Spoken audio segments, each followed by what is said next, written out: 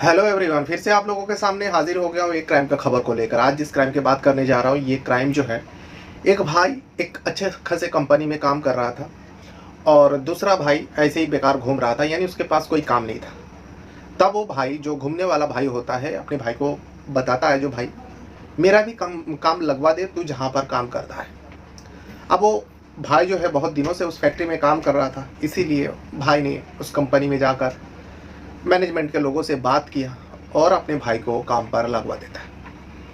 अब दोनों भाई वहाँ काम करने लगता है, लेकिन इसी बीच जब भाई का काम पे लगाया था, उस भाई ने कुछ ऐसा कर दिया जिसके चलते उस भाई का 5 अक्टूबर को किसी ने जान ले लिया था। उसी फैक्ट्री में उसका बॉडी पड़ा हुआ था। अब उस बॉडी जो है अधजली हालत में था, यानी जल चुका था। अब इस हालत में बॉडी मिला तो पुलिस आया, पुलिस ने तफ्तीश की। पुलिस तफ्तीश करता रहा, लेकिन कुछ सबूत हाथ पे नहीं लगा था। कुछ दिन यूँ बीत गया, लेकिन 29 अक्टूबर को, कल की बात कर रहा हूँ मैं, 29 अक्टूबर 2024 को इस मामले को लेकर वहाँ के जो जिस इलाका में हुआ था घटना, उस इलाका के एसपी इस मामले का खुलासा करते हुए कहा कि इस व्यक्ति को मारने वाला उसका भाई है। अब जब भाई ने मारा तो भाई को हिरासत में ले लिया, क्योंकि भाई छुप कर रह रहा था। भाई को हिरासत में लेता है और हिरासत में लेने के बाद जब वो उससे पूछताछ करता है, जो भाई तुमने अपने भाई को क्यों मार डाला, तब वो एक सच्चाई बयान करता है।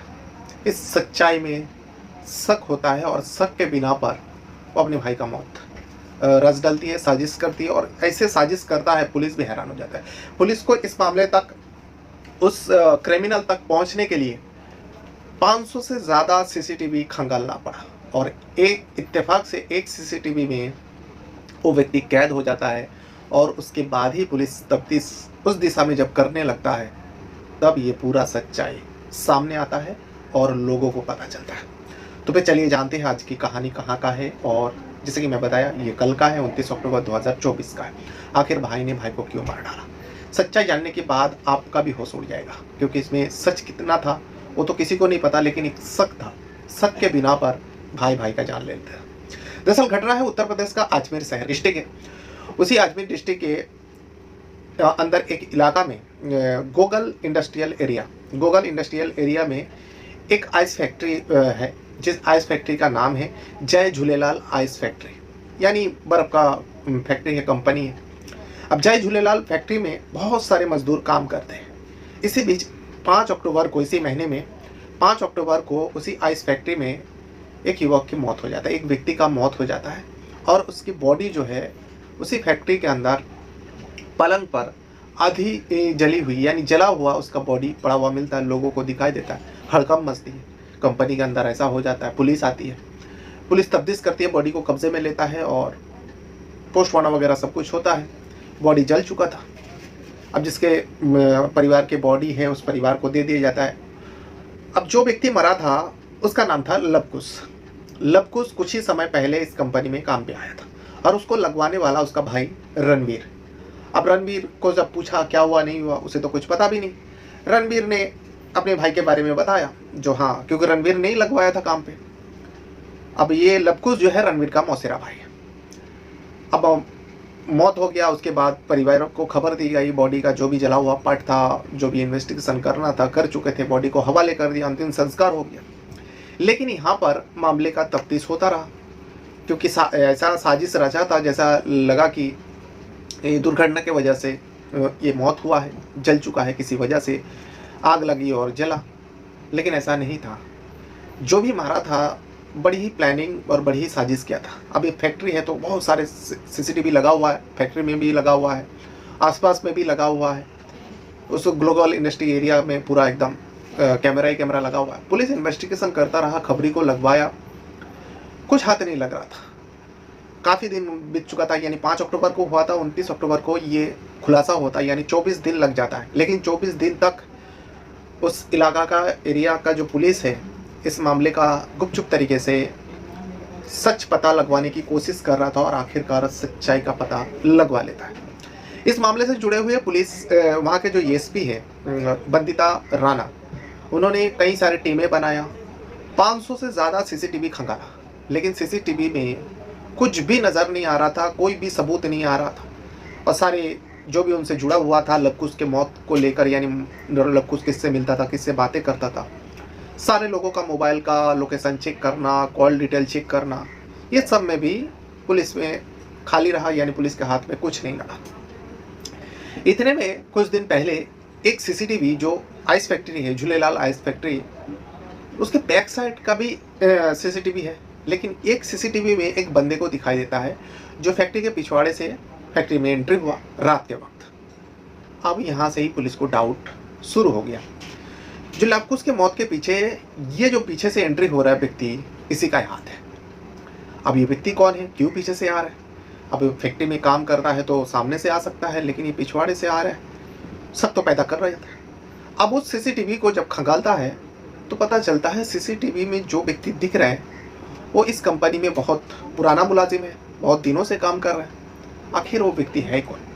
वो व्यक्ति कोई और नहीं होता है, लवकुश के मौसेरा भाई रणबीर होता है, यानी वही रणबीर जिसने लवकुश को काम पर लगवाया था।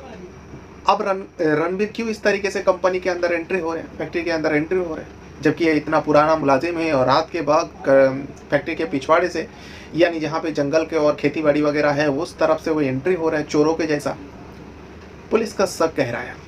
अब कई दिन बीत चुका था, इसीलिए पुलिस जब उसका पता चल गया रणबीर के बारे में पता करता है, रणबीर तो भागा हुआ था।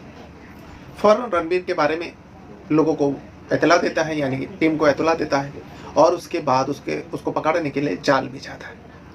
जाल बिछाने के बाद जो रसूलपुर है, मैनपुरी के अंदर है, उत्तर प्रदेश का, रसूलपुर से रणबीर को उठा लेते हैं। रणबीर रसूलपुर में छुपा हुआ था, मैनपुरी में। अब उसको उठाकर ले आते हैं और पूछताछ करता है। अब हर मुजरिम के जैसा रणबीर भी इधर उधर के बातें करने लगे, जो ऐसा कुछ नहीं, अब चाहे तो मेरा मोबाइल नंबर चेक कर लो, ये कर लो, वो कर लो। अब वो जो सीसीटीवी में फुटेज में नज़र आ रहा था उसके बारे में पूछा तो उसका भी उसके पास तहरीर था। उसने कहा जो मैं इस कंपनी का बहुत पुराना मुलाजिम हूँ और कभी कभार मैं कंपनी के छुप छुपा के कंपनी के लोगों के नज़र से मैं बाहर चला जाता हूँ, और मुझे पता था जो कहाँ कहाँ सीसीटीवी लगा हुआ है, इसीलिए मैं सामने से एंट्री नहीं हो सकता था तो मैं पीछे से एंट्री होता हूँ। ये पहली मर्तबा नहीं, मैं कई मर्तबा ऐसा किया, लेकिन किसी भी सीसीटीवी में रणबीर ऐसा करते हुए नज़र नहीं आया, यानी रणबीर झूठ बोल रहा था। अब पुलिस के सामने अगर कोई झूठ बोले तो पुलिस को अच्छी तरह से पता चल जाए, और ख़ास करके मर्डर के सिलसिले में किसी को अगर शक के बिना पर या थोड़ा बहुत सबूत मिलने पर जब पुलिस उठाता है, उसी व्यक्ति को मालूम है होता है जो कि पुलिस किस हिसाब से पेश आता है उस व्यक्ति से। वैसे रणबीर के भी साथ पुलिस जो है जब सख्ती अपनाता है, थोड़ा सख्ती करता है, तब रणबीर टूटता है और सच्चाई कबूल लेता है। रणबीर कहता है हाँ, मैंने ही अपने मौसेरा भाई लवकुश को मारा। क्यों मारे हो और कैसे मारे हो? सबसे पहले तो बताता है कैसे मारा। लवकुश जो है उसी फैक्ट्री में सो रहा होता है अपने कमरे में, तब जो है रणबीर चोरी चोरी फैक्ट्री के अंदर एंट्री होता है, जैसे कि सीसीटीवी में पता चला। चोरी चोरी फैक्ट्री के अंदर एंट्री होता है और लवकुश हमेशा गले में एक गमछा लटका के रखता था, और उसी गमछे से लवकुश का गला घोट देता है रणबीर। अब जब एंट्री होता है, लवकुश गहरा नींद में था, यानी गहरी नींद में थी और वो सो चुका था, उसे तो एहसास ही नहीं हुआ कोई कमरे में आया। रणबीर गया, जाने के बाद उसी गमछे से लवकुश का गला घोट देता है, उसका दम घुटने की वजह से मौत हो जाता है। लेकिन ये तो एक साजिश दिखाना, एक हादसा दिखाना था, इस वजह से रणबीर ने थिनर ले जाता है और लवकुश के ऊपर छिड़क देता है और आग लगवा देता है, जिसके चलते लवकुश पूरा जल चुका था और बॉडी में भी वही पता चला था जो जलकर मत हुआ। लेकिन ये सच्चाई नहीं था, सच्चाई अब रणबीर ने बताया। इस तरीके से उस अपने मौसेरा भाई को मारा। चलो ये सब ठीक है, मारा इस तरीके से, लेकिन आखिर एक भाई ने, भले ही मौसेरा भाई है, लेकिन भाई को क्यों मारा? जब इस सवाल को किया तब रणबीर ने एक शक बताया। शक के बिना पर रणबीर ने अपने मौसेरा भाई को मारा। वो शक क्या था? रणबीर को शक था रणबीर के पत्नी के साथ लवकुश का अवैध संबंध है, और ये कई दिनों से हो रहा है। जब रणबीर लवकुश को काम पे लगवाया तो रणबीर शादीशुदा था और ये लवकुश कुंवारा था, यानी शादी नहीं हुई थी। वो अक्सर रणबीर के घर आया जाया करता था। इसी बीच रणबीर को शक हो गया जो उसकी पत्नी का संबंध जो है उसके भाई के साथ, लवकुश के साथ बन चुका है, और इसी शक के बिना पर रणबीर और रणबीर की पत्नी में आए दिन झगड़ा विवाद होता था।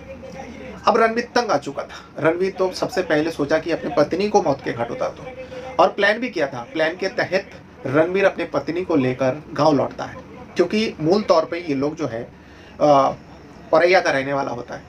अब औरैया में गया, वहाँ पर जाके प्लानिंग किया जो रणवीर अपनी पत्नी को मार डालेगा, लेकिन रणवीर के भाभी को शक हो गया। अब जब शक हो गया तो रणवीर की भाभी पल पल नज़र रखने लगा। तब रणवीर को भी पता चला भाभी मेरे ऊपर नज़र रखा, यहाँ पे तो मैं मार नहीं सकता।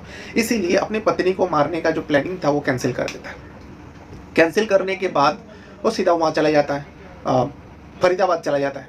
अब फरीदाबाद में वो प्लानिंग रास्ता है जो मैं लवकुश को ही इस दुनिया से हटा दूंगा, हम दोनों के बीच में से, पति पत्नी के बीच में से। इसीलिए जब उसने मर्डर का प्लानिंग रचा था, मर्डर के वक्त वो फरीदाबाद में अपने मोबाइल का स्विच ऑफ कर देता, ताकि जब पुलिस इन्वेस्टिगेशन करे उसकी मोबाइल जो है लोकेशन फरीदाबाद में दिखाई या लोकेशन पता ना करे। और फरीदाबाद में उस जगह पर रह रहा था, उस जगह पर मोबाइल छोड़ दिया था। फिर उसके बाद वो फैक्ट्री में जाता है, लवकुश को मारता है, फिर वापस फरीदाबाद में जाता है। इस तरीके से वो आया था, मारा था। लेकिन इसका जो शक था पत्नी के साथ, जो मेरी पत्नी के साथ लवकुश का अवैध संबंध है, इसका सबूत ना तो पुलिस जुटा पाई है और ना ही रणवीर के पास था। यानी देखा जाए तो एक शक के बिना पर बस एक शक था जो उसकी पत्नी के अवैध संबंध जो है उसका मौसेरा भाई लवकुश के था।